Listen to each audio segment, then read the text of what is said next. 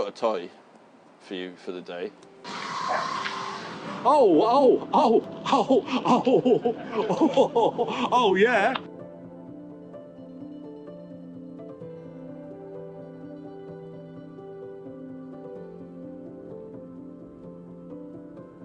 Dad? All right, yeah, this is good. This is good, What not a spot bad. day Hey, down at the beach. So it's got to be.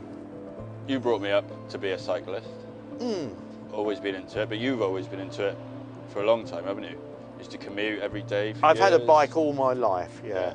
But I'd prefer to say bike riding, not cycling. It's not the Transport, everything. sport of cycling. It's So you've always it's transport, yeah. You've always been into it, commuting, and then of course taking me out. We used to ride together a lot. We did. We went out a lot, yeah. It was great, and had some good times. But you showed me mountain biking, really. Yeah, well, I was around when mountain bikes started, you know, because when I was a kid, no such thing as mountain bikes, no such thing as BMX. A bike was a bike, you know. Yeah. Going around all the local trails that I still ride, you were taking me around them, and yeah. some of them are still there, some of them are gone.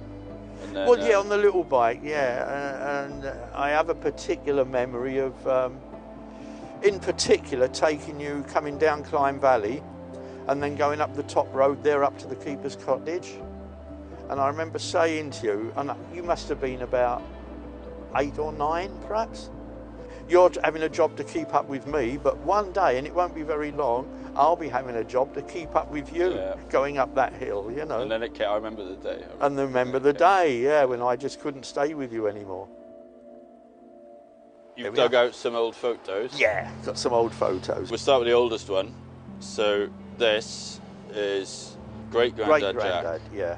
Lived in the East End of London. He was born 1888, so 1900, he was 12.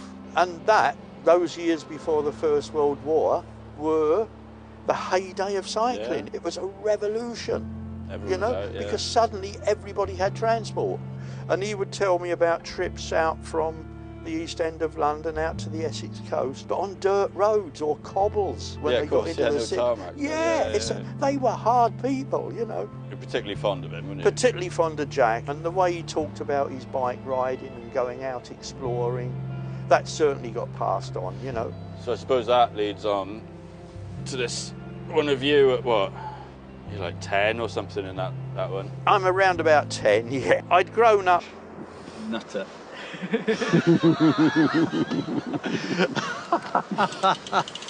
Oh dear. So, before you had to go on one of these, what did you think they were going to be like? I wondered if it was worth dragging around all that weight. I thought they looked very heavy. They looked very awkward. They looked difficult to handle when you were going up, let's say, because I like to do a bit of exploring, so over a bit of rough ground. And I thought, it's going to be too much of a lump to do that, do you know what I mean? But in fact, you just learn to handle it in a different way, you know. It's brilliant. I love it. I love it. Obviously, you've only really had a taster.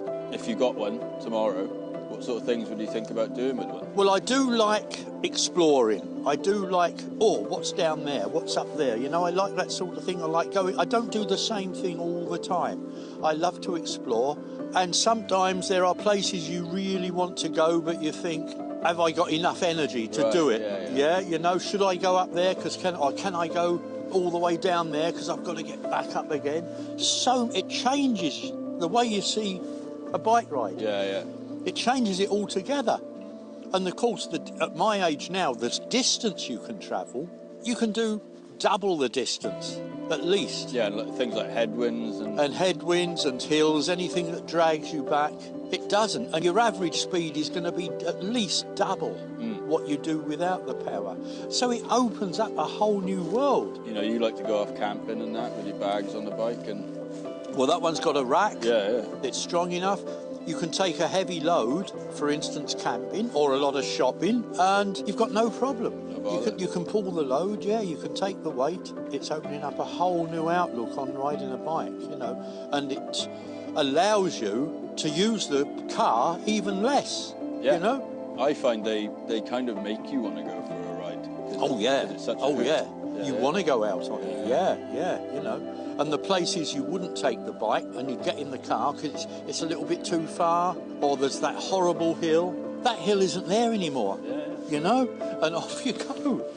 Yeah, I'm so chuffed. So I think we know the answer, but would you have one? Oh yeah, I wouldn't even hesitate, Yeah? you know. Yeah, love it, because it opens up a whole nother world. The horizon is a lot further away now, do you know what I mean?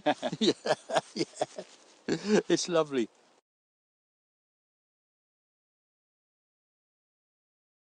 I remember you telling me it was so cold one morning, you pulled the brakes and they stayed on. I've never, I've asked people and nobody has experienced with cable brakes actually it's frozen on. I pulled up the brake, let go, and it didn't release, it had frozen.